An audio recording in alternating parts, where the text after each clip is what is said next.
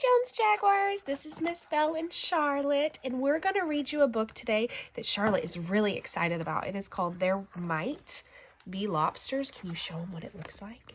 It looks like this. There Might Be Lobsters. And this is written by Carolyn Crimmy and illustrated by Laurel Knoll. I know, you want to read it, don't you? And this book is also nominated for the Arkansas Diamond Award. So if you like this book, you can vote for it this year to win that award. Okay, are you ready? Charlotte, are you ready? Okay, let's read. There Might Be Lobsters. Lots of things at the beach scared Sookie. Lots. There might be lobsters. Come on, Sookie, you can do it, said Eleanor. She stood at the bottom of the stairs to the beach and waved to Sookie. You see Sookie up there? Sookie looks sad.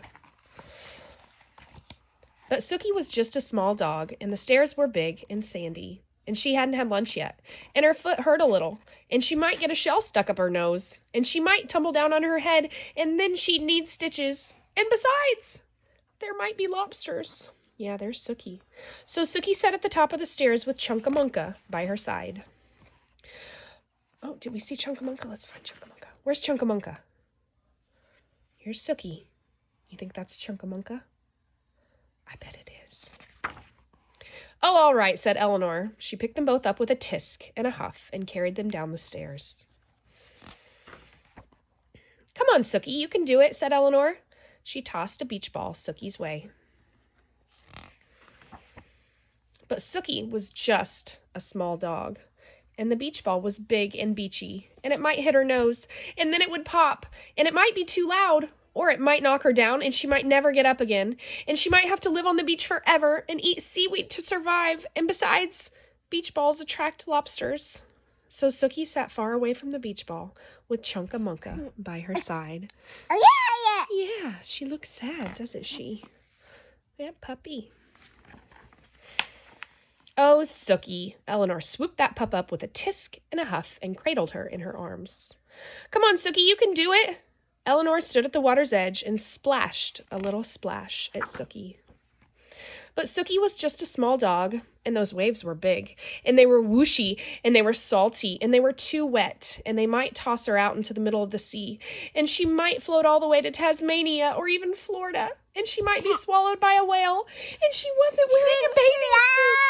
I know. And besides, there might be lobsters. It's a bird. So Sookie sat at the edge of the water with Chunkamunka by her side.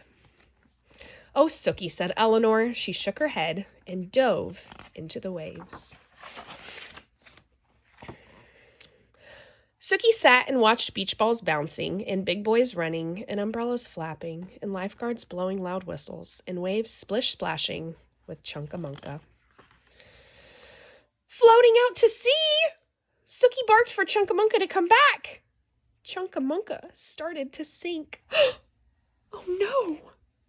What's gonna happen? We gotta keep going. Sookie started to paddle. She paddled past a big beachy ball and through a huge salty wave and over something that might even be a lobster. Until she had Chunkamunka.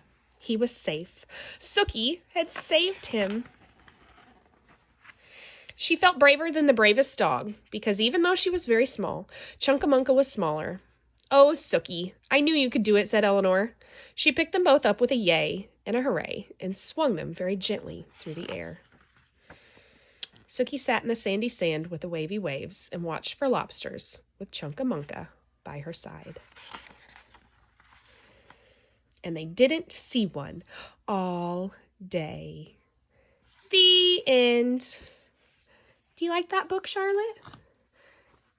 Oh, yeah, it's good. You going to read it again? Okay, read it again. Bye-bye.